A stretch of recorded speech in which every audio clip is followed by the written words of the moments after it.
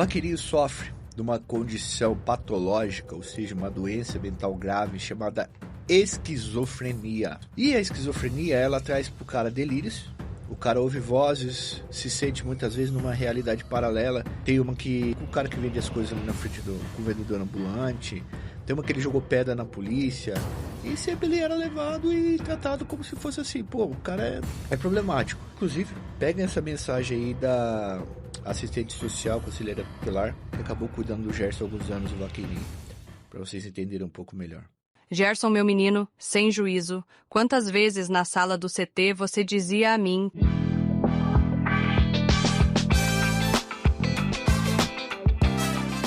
A gente foi atrás dessa resposta do cara que morreu na boca do leão e o nome do cara é Gerson. O Gerson tinha 19, 20 anos de idade, é de João Pessoa e é uma figura bastante conhecida nas periferias da cidade. Tá bom? O primeiro momento que a gente procurou o Vaqueirinho para entender a história dele, o que a gente encontrou foi sensacionalismo. Ah, o cara tinha mais de 10 passagens, era bandido, era vagabundo, era ladrão, não sei o que, ele tinha matado os outros, umas coisas assim. Policial, influencer falando que a Leoa livrou a sociedade do mal, tal, etc. E aí eu falei, cara, essa história não tá correta, porque eu conheço vagabundo pra cacete, uma pá de bandido, de ladrão, e o cara que tem 10 passagens dessa, que os caras tá falando que matou os outros, várias pessoas. Pelo menos de uma pessoa ali, eu devia ter ouvido falar, alguém falasse pra mim, alguém mandasse um direct e tal. E eu fiquei meio abismado, assim. Depois eu vi um vídeo dele, que eu queria passar pra vocês aí. Quando eu sair daqui, eu vou quebrar toda a viatura.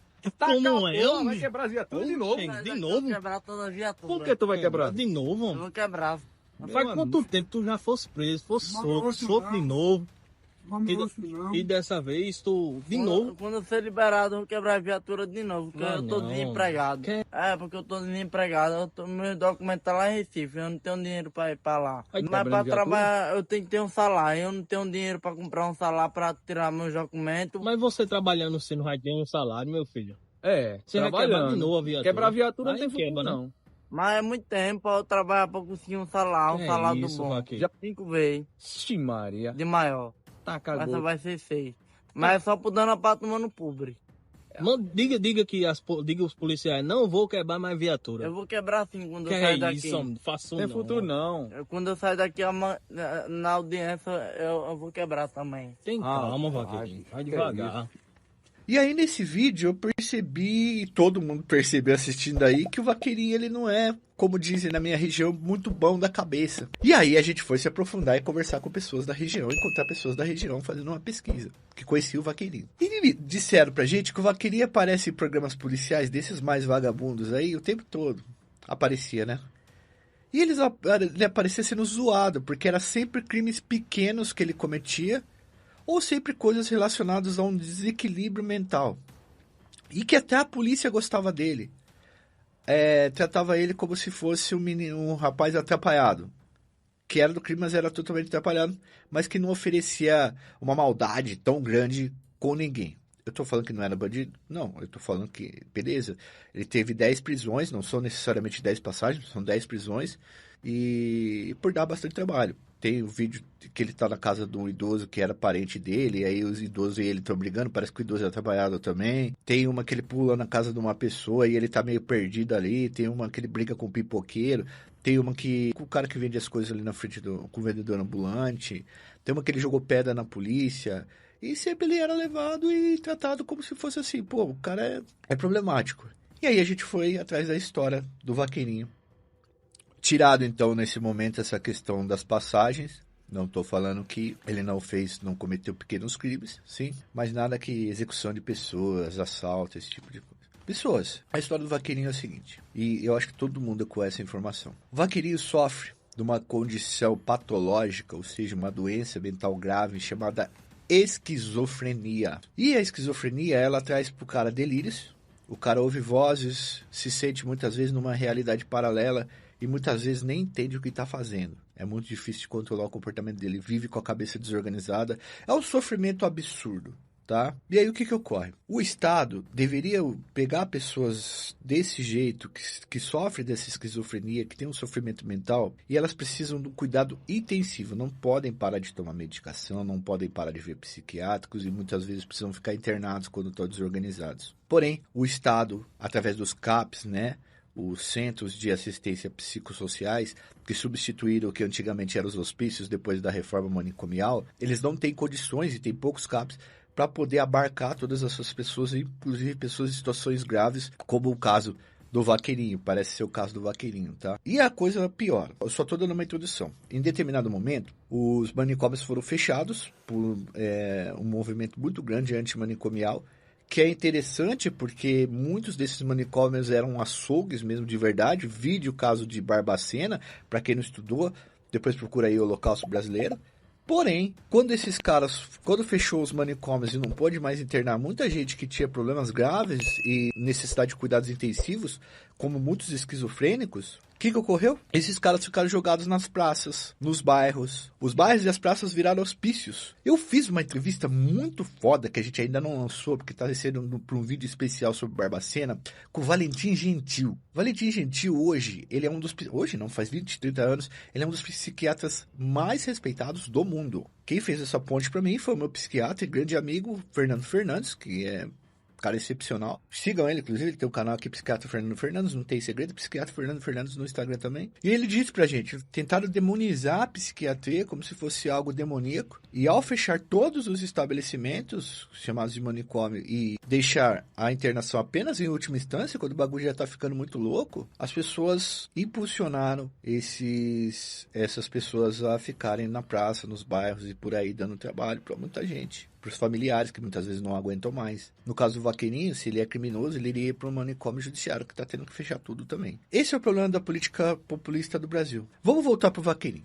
O Vaqueirinho nasceu e ele já não era muito dentro da neurotipicidade. Só que no início da adolescência ele começa a desenvolver, a ouvir vozes, a viver um pouco em realidade paralela, a ter uns surtos. E ele desenvolve uma doença que a mãe dele já tinha. A mãe dele era esquizofrênica. O pai fez ele e mais 3 irmãos, ou mais 4 irmãos, a gente não entendeu direito, porque em alguns lugares é 3, outros lugares é 4. E o Gerson, que ainda não era o Vaqueirinho, ele fica com a mãe um tempo, mas a mãe tá com muito problema, tem problemas graves, ela vai para casa do familiar, do outro, passa por uma internação em algum lugar, passa pelo CAPS e tal. E aí o Vaqueirinho é criado jogado. Um dos traumas da vida do Vaqueirinho é que todos os irmãos dele foram adotados e menos ele, porque ele era o que os caras diziam atrapalhado, problemático. E é exatamente isso, porque ele já tinha um estágio grave da esquizofrenia. Veja bem, ele foi rejeitado pela mãe por conta da doença, foi rejeitado pelas famílias que adotaram os irmãos, e ele vai crescendo. E a única forma que o Vaqueirinho aparecia, saía da invisibilidade, porque você parece para sua...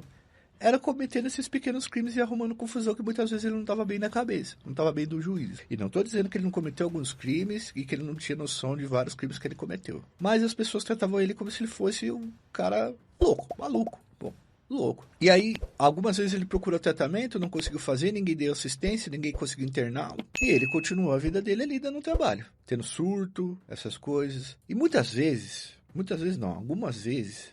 na esquizofrenia não tratada, o cara pode ter um surto violento e tirar a vida de pessoas, o que eu acho que ele sempre conseguiu controlar de certa forma, e o cara pode ter também um ímpeto de botar fim na própria história. Não está muito longe do que o Vaqueirinho fez. Deixa eu contar algumas histórias para vocês sobre esquizofrenia, que eu acho que fica importante. Inclusive, peguem essa mensagem aí da assistente social, conselheira tutelar, que acabou cuidando do Gerson há alguns anos, o Vaqueirinho, para vocês entenderem um pouco melhor.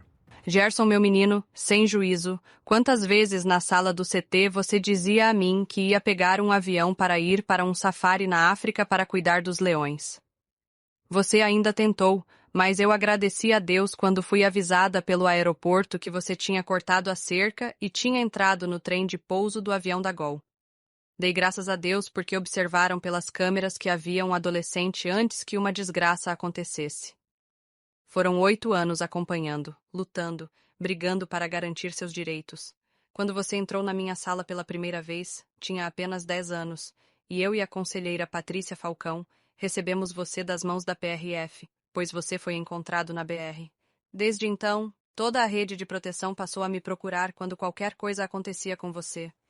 Eu nunca consegui ver você como as redes sociais te desenhavam. Eu conheci a criança que foi destituído do poder familiar da mãe, e foi impedido de ser adotado como os outros 4 irmãos foram.